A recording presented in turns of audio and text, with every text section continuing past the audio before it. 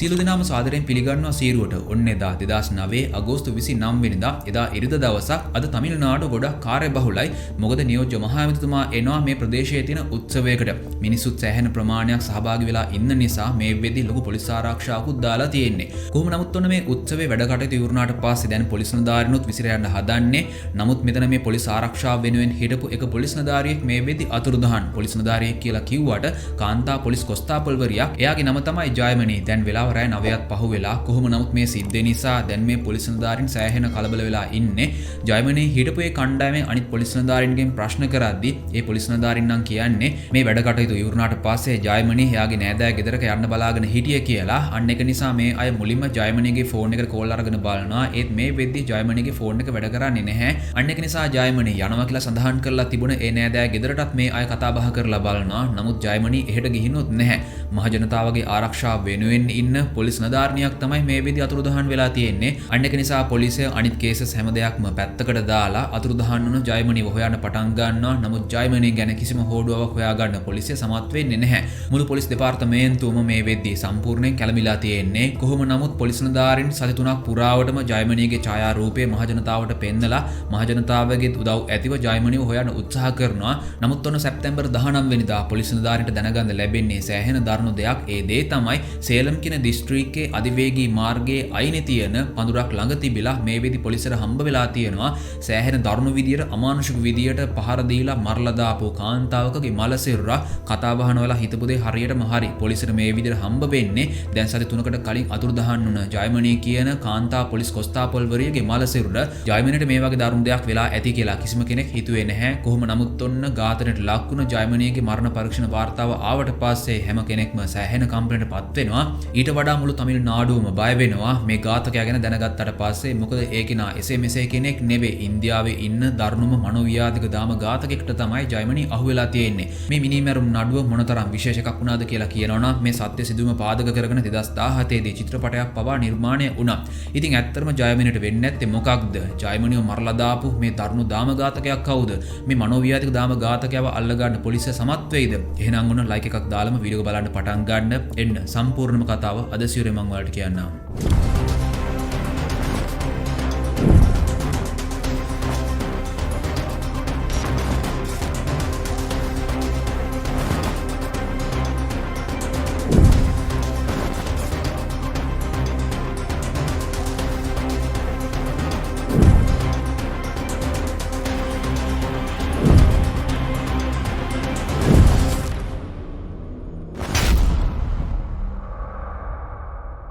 ඉතින් ජයමනිගේ මරණ පරීක්ෂණ වාර්තාවේ හොඳින්ම සඳහන් වෙලා තියෙනවා පහුගිය සති කිහිපය පුරාවටම සෑහෙන වතාවක් අමානුෂික විදියට ජයමනි දෝෂණයට ලක් වෙලා තියෙනවා. ඒ වගේම ඝාතකයා ජයමනිට සෑහෙන වද දීලා තමයි අවසානයේදී ජයමනිව මරලා දාලා තියෙන්නේ. ඉතින් ඔයාලට තේරෙනවා ඇතිනේ ජයමනි කියන්නේ සාමාන්‍ය කාන්තාවක් නෙවෙයි. ජයමනි කියන්නේ පොලිස් නිලධාරිනියක්. අන්න ඒක නිසා මේක දැන් පොලිසියේ කීර්ති නාමයට ලොකු හානියක් වෙලා තියෙන්නේ. අන්න ඒක නිසා පොලිසිය ඉක්මනින් උත්සාහ කරන්නේ කොහොම හරි ජයමනිව මරලා දාපු ඒ ඝාතකයව අල්ලගන්න.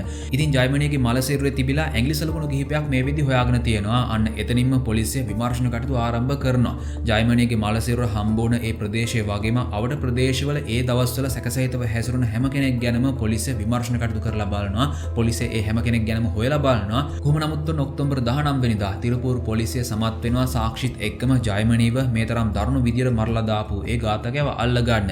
ඉතින් මිනිමරුව අල්ලගත්තා කියන්නේ මෙතනින් මේ කතාව ඉවරයිද? නැහැ. දැන් තමයි මේ මිනිමරුම් නඩුව තවත් දරුණුවතර හැරෙන්න පටන් ගන්නෙ. ඒ ඇයි කියලා මං එකින් එක හැම දෙයක්ම ඉස්සරහට ඔයාලට කියන්නම්. කොහොම නමුත් ඔන්න නඩුවෙන් පස්සේ මේ ඝාතකයව දානවා බන්ධනාගාරයට. නමුත් මේ වෙද්දි වෙනත් බල ප්‍රදේශවල ඉන්න පොලිස් නිලධාරීන්ගේ සැකයත් මේ ඝාතකයා පැත්තට ඇවිල්ලා තියෙන්නේ. ඒකට හේතුව තමයි ජයමනිගේ මලසිරුර හම්බුන විදියටම ඒ රටාවටම දැන් කාලයක් තිස්සේ අතුරුදහන් වුණ අයගේ මලසිරුරු ඒ බල ප්‍රදේශවල අධිවේගී මාර්ගය ළඟ තිබිලා පොලිසියට හම්බ වෙලා තියෙනවා. අන්න ඒක නිසා පොලිසිය සැක කරනවා ඒ ඝාතන කරන්න ඇත්තේ ජයමනිව මරලා දාපු මේ මිනිමරුවා විසින්ම තමයි කියලා. ඔන්න පොලිසියේ ඒ සැකය හරියටම හරි. ජයමනිගේ මිනිමරුවා විදියට මේ විදි පොලිසිය අල්ලගෙන තියෙන්නේ ඉන්දියාවේ ඉන්න දරුණුම මනෝව්‍යාධික දාම ඝාතකයෙක්ව.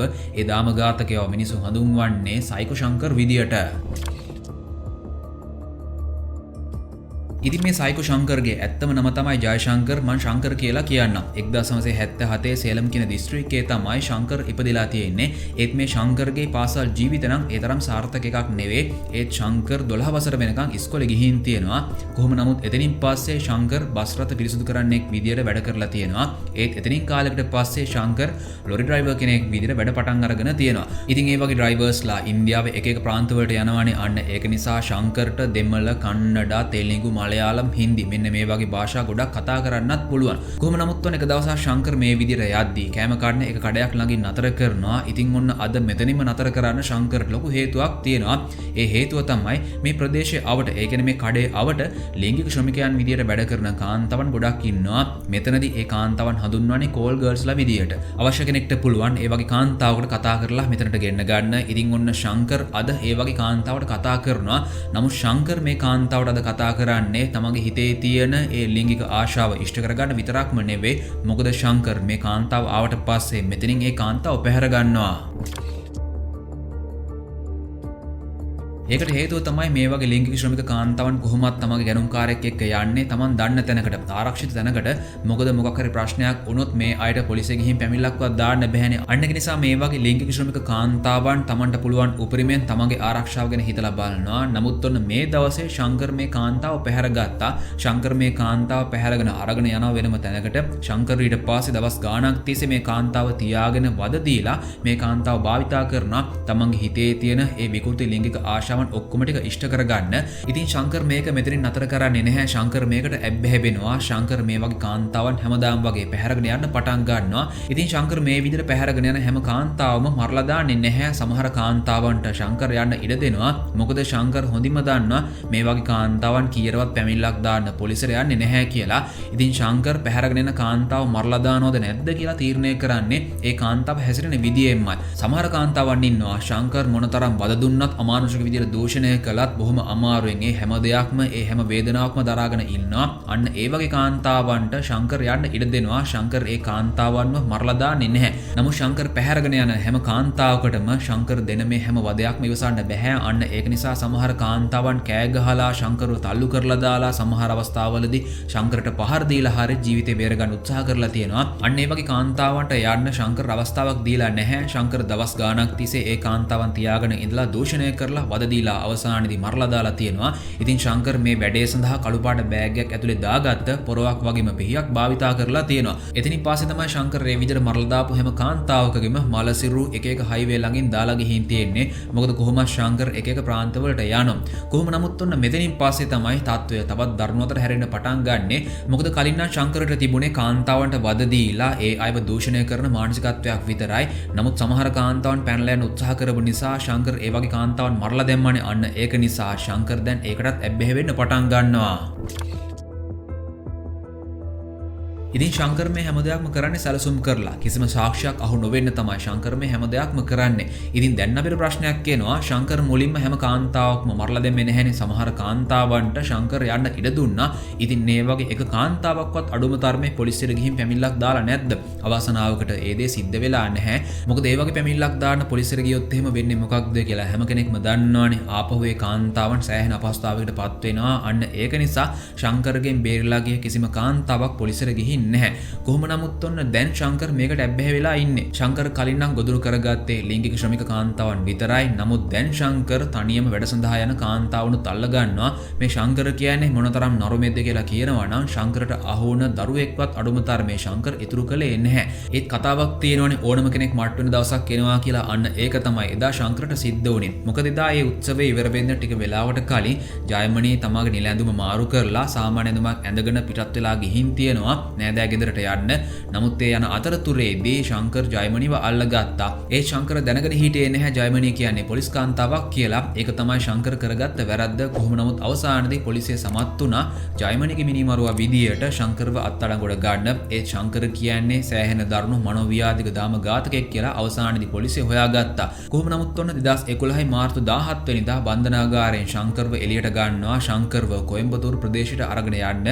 මොකද ශංකර් ඒ ප්‍රදේශයේ මිනිමරුවා මැරුම් ගණනාවක් කරලා තියෙනවා. අන්න ඒක නිසා ශංකර් පොලිස් ආරක්ෂාවක් ඇතිව ඒ ප්‍රදේශයට අරගෙන යන්න හදන්නේ විමර්ශන කටයුතු සඳහා. නමුත් ඔන්න මේ දවසේ ශංකර් සමත් වෙනවා ආරක්ෂාවට ඉන්න පොලිස් නිලධාරියෙක්ට පහර දීලා මෙතනින් පැන ගන්න.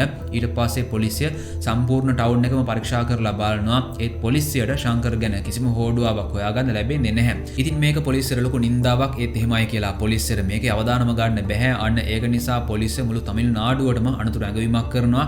ශංකර් කියන දරුණු මනෝව්‍යාධික දාම ඝාතකයා පැනලා ගියා. ඒක නිසා පරිස්සම් වෙන්න කියලා. කොහොම නමුත් ඔන්න මේ විදිහට දවස් දෙකක් ගත වෙනවා. ඒත් ශංකර් ගැන කිසිම හෝඩුවාවක් පොලිසියට හොයාගන්න ලැබෙන්නේ නැහැ. එදා ශංකර්ගේ ආරක්ෂාව වෙනුවෙන් ඉඳලා තියෙන්නේ චින්නසාමී කියන තරුණ පොලිස් නිලධාරියා. නමුත් ඔන්න ඒ පොලිස් නිලධාරියා මේ වෙද්දි ඉන්නේ සෑහෙන කම්පණේ. මොකද චින්නසාමීගේ හිතේ දැන් ලොකු වරදකාරී හැඟීමක් තියෙනවා. එයාගේ වැරද්ද නිසා තමයි ශංකර් පැනලා ගියේ කියලා. දැන් ශංකර් පැනලා ගිහින් දවස් දෙකකුත් ගත වුණා. ඒත් පොලිසියට තවමත් බැරි වුණා ශංකර්ව අල්ලගන්න. පොලිසිය තවමත් අසමත්. ශංකර් පැනලා ගියාට පස්සේ මොන වගේ දරුණු දෙයක් කරයිද? එහෙම දරුණු දෙයක් වුණොත් ඒකත් වෙන්නේ තමන්ගේ වරදින් නිසා කියන ඒ වරදකාරී හැඟීම චින්නසාමී කියන මේ පොලිස් නිලධාරියාගේ හිතේ තියෙනවා. අන්න ඒක නිසා මාර්තු 19 වෙනිදා චින්නසාමී තමන්ගේ ජීවිතය නැති කරගන්නවා. කොහොම නමුත් ඔන්න මේ 4 වෙනිදා වෙනකම්ම ශංකර් ගැන කිසිම හෝඩුවාවක් හොයාගන්න පොලිසිය සමත් වෙන්නේ නැහැ. ශංකර් මේ වෙදි හැංගිලා ඉන්නේ යෙල්ගිය කියන ගමේ. ශංකර් දැන් දවස් ගානකින් කෑමක් බීමක් අරගෙනත් නැහැ. ශංකර් ඉන්නේ හැංගිලානේ. කොහොම නමුත් ඔන්න ශංකර් එනවා ගෙදරක් ළඟට. මේ වෙදි මේ ගෙදර ඉන්නේ කාන්තාවක් විතරයි.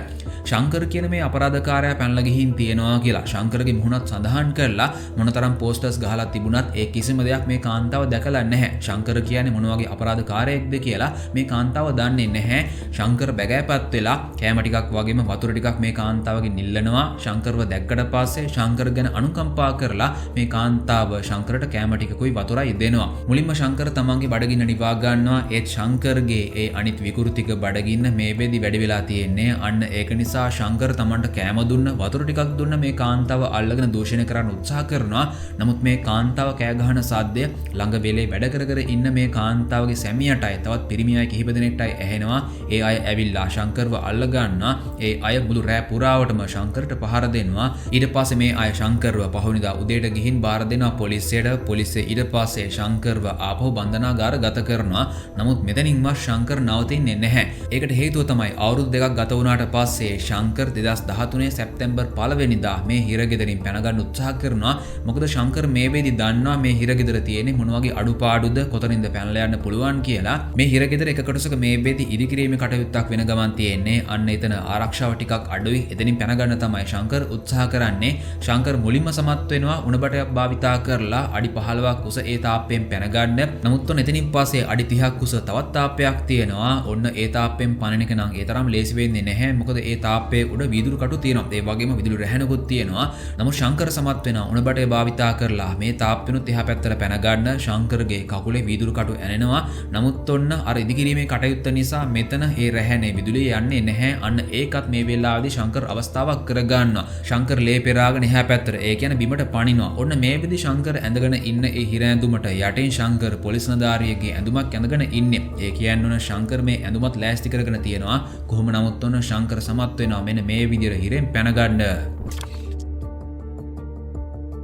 මම දන්නවල හිතන්නේ මොකක්ද කියලා. ශංකර් වගේ දරුණු අපරාධකාරයෙක්ව හිරේ තියාගත් එකත් ලොකු අපරාධයක්. කොහොම නමුත් දැන් කරන්න දෙයක් නැහැ. ශංකර් ආපහු පැනලා ගිහින් ඉවරයි.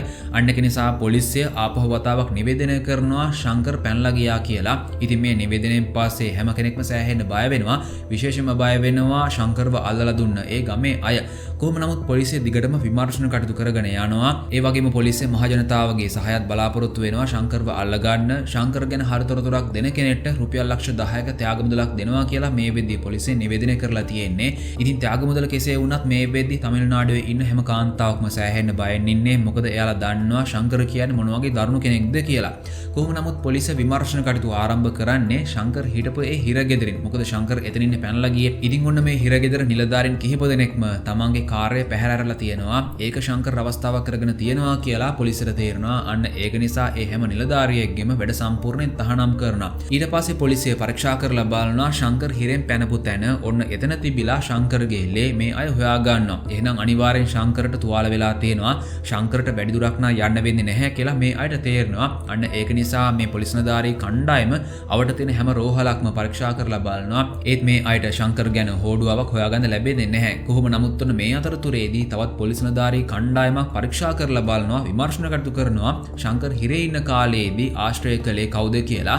ඔන්න පහුගිය අවුරුදු කිහිපය පුරාවටම ශංකර් හිරගෙදර හිටපු හිරකාරයෙක්ව ආශ්‍රය කරලා තියෙනවා. ඇත්තම කියනවා නම් ඒ කෙනා තමයි ශංකර්ගේ හොඳම යහළුවා. නමුත් ශංකර් මේ විදිහට හිරෙන් පැනලා යන දවස් කිහිපයකට කලින් ඒ කෙනාගේ දඬුවම් කාලේ ඉවරුන නිසා එයා හිරෙන් නිදහස් වෙලා ගිහින් තියෙනවා. අන්න ඒක නිසා පොලිසියේ සැකයක් ඇති වෙනවා ඒ කෙනා ගැන. පොලිසිය ඊට පස්සේ ඒ කෙනාගෙන් ගිහින් ප්‍රශ්න කරනවා. ඔන්න පොලිසියේ ක්‍රමයට ප්‍රශ්න කරද්දී මේ කෙනාගෙන් වැදගත් හොඩුවාවක් හොයාගන්න පොලිසිය සමත් වෙනවා. මොකද මේ කෙනා හිරෙන් නිදහස් වෙලා දවස් කිහිපයකට පස්සේ තමයි ශංකර් හිරෙන් පැන්නේ. ශංකර් හිරෙන් නිදහස් වුණ මේ තමගේ යාළුවාගෙන් උදව්වක් අරගෙන තියෙනවා. මේ කෙනා ශංකර්ට බයික් එකක් දීලා තියෙනවා. ශංකර් හිරෙන් පැන්නට පස්සේ මේ කෙනා දුන්න බයික් එකෙන් තමයි පැනලා ගිහින් තියෙන්නේ. ඒ වගේම මොන්න ශංකර් මේ බෙදි හැංගිලා ඉන්නේ කොහෙද කියලාත් මේ කෙනා දන්නවා. අන්න හැම දෙයක්ම පොලිසිය හොයා ගන්නවා. කොහොම නමුත් ඔන්න හරියටම සැප්තැම්බර් 6 වෙනිදා පොලිසිය සමත් වෙනවා ශංකර්ව ආපහු අල්ල ගන්න. ඊට පස්සේ ශංකර්ව මේ අය දාන්නේ අධිආරක්ෂිත කුටියකට. මොකද ශංකර් දැන් එක වතාවක් හිරෙන් පැනලා යන්නත් උත්සාහ කරපු නිසා. නමුත් ඔන්න අවුරුදු 5කට පස්සේ ඒ කියන්නේ 2018 පෙබරවාරි 25 වෙනිදා ආපහු ශංකර් උත්සාහ කරනවා හිරෙන් පැනලා යන්න. නමුත් මේ වතාවේදී ශංකර් සාර්ථක වෙන්නේ නැහැ. කොහොම නමුත් ඔන්න පහුවෙනිදා මේ හිරගෙදරට එනවා හිරකාරින්ගේ කොණ්ඩේ කපන කෙනා. ඒ කියන්නේ කර්ණවැමියා. ඔන්න මේ වෙලාවේදී ශංකර් මේ කර්ණවැමියා ළඟ තිබුණ බ්ලේඩ් එකක් හොරකම් කර ගන්නවා. මොකද ශංකර් ඒකෙන් දරුණු දෙයක් කරන්න හදන්නේ. නමුත් ඔන්න ශංකර් මේ වගේ බ්ලේඩ් එකක් හොරකම් කළා කියලා කිසිම කෙනෙක් දැනගන්නේ නැහැ. ඉතින් ඔන්න පහුවෙනිදා පාන්දර පොලිස් නිලධාරීන් දකින්නවා ලේවිලක් මැද ශංකර් වැටලා ඉන්නවා. ශංකර් හොරකම් කරගත්ත බ්ලේඩ් එකෙන් තමන්ගේම බෙල්ල කපාගෙන පොලිස් නිලධාරීන් ඉක්මනටම ක්‍රියාත්මක වෙලා ශංකර්ව රෝහල් ගත කරනවා. ඒත් උන පහුවෙනිදා පාන්දර ඒ සුබ ආරංචිය එනවා. මොකද ශංකර් එයා කරගත්ත ඒ තුවාලය නිසා ඒ වේදනාවත් එක්කම මිය ගිහින්. පොලිස් වාර්තාවලට අනුව ශංකර් කාන්තාවන් 30 දෙනෙක් දූෂණය කරලා තියෙනවා. එතනින් 19 දෙනෙක් ඝාතනය කරලා තියෙනවා. ඒ විතරක් නෙවෙයි ශංකර් මංකොල්ල කෑම් ගණනාවකුත් කරලා තියෙනවා. නමුත් වාර්තාවල සඳහන් නොවන සෑහෙන කාන්තාවන් ප්‍රමාණයක් ආසන්න වශයෙන් කාන්තාවන් 250කට වඩා ශංකර් දූෂණය කරලා තියෙනවා. මොකද ඒ කිසිම කාන්තාවක් පොලිසියට ඇවිල්ලා පැමිණිල්ලක් දැම්මේ නැහැ. කොහොම නමුත් 2017 දී ශංකර් කියන මේ මනෝව්‍යාධික දාම ඝාතකයාගේ ජීවිත කතාව පාදක කරගෙන ඒ සත්‍ය සිදුවීම පාදක කරගෙන කන්නඩා චිත්‍රපටයක් නිර්මාණය වුණා. ඒ චිත්‍රපටයේ නමත් සයිකෝ ශංකර්. ඉතින් මේ චිත්‍රපටය නිර්මාණය වුණේ ශංකර්ගේ මරණයට කලින් 2017 දීනේ. අන්න ඒක නිසා මේ චිත්‍රපටයේ අධ්‍යක්ෂකවරයා වැඩිදුර විස්තර දැනගන්න අදහසින් හිරේ හිටපු බන්ධනාගාරයේ හිටපු ශංකර්ව හම්බ වෙන්න ඇවිල්ලා තියෙනවා. ඒත් ඒ වෙලාවේදී අඩුම තරමේ එක වචනයක්වත් ශංකර් කතා කරලා නැහැ. කොහොම නමුත් ඔන්න ඕක තමයි ශංකර් කියන මේ දරුණු මනෝව්‍යාධික දාම ඝාතකයාගේ ඇත්තම කතාව. ඉතින් මම හිතන්නේ ඔයාලට තේරෙනවා ඇති මේ ලෝකය කියන්නේ මොනතරම් දරුණු තැනක්ද කියලා. නිතරම බයෙන් ඉන්න කියනවා කියන එක නෙවෙයි. නමුත් අපි දැනගන්න ඕනේ අපේ ආරක්ෂාව තහවුරු කරගන්න. ඉතින් මේ වීඩියෝ එක බලපුවා ඔයාගේ අදහස මොකක්ද? පහලින් කමෙන්ට් කරගෙන යන්න. ඒ වගේම බලන්නකෝ අපේ සීරෝ YouTube channel එක subscribe කරලාද තියෙන්නේ කියලා. subscribe කරලා නැත්නම් ඔන්න පහලින් subscribe button එක පේන්න තියෙනවා. එහෙනම් subscribe කරලා ඊට හැපැත්තෙන් තියෙන bell icon එකත් අනිවාර්යෙන් click කරලා තියාගෙන ඉන්න. ඒ වගේම මේ වීඩියෝ එක තවත් කෙනෙක්ට බලන්න share කරන්න අමතක කරන්න එපා. මොකද මේ වීඩියෝ එක බලලා එයත් වෙන්න තියෙන දරුණු දෙයකින් තමන්ගේ ජීවිතේ බේරගත්තොත් ආරක්ෂාව සලසගත්තොත් ඔන්න ඔයත් ඒකට උදව්වක් කළා වෙනවා. එහෙනම් ඔන්න තවත් සීරෝ වැඩසටහනකින් ඉක්මනටම හම්බෙමු. එතකන් හැම කෙනෙක්ම පරිස්සමින් ඉන්න. We will meet again.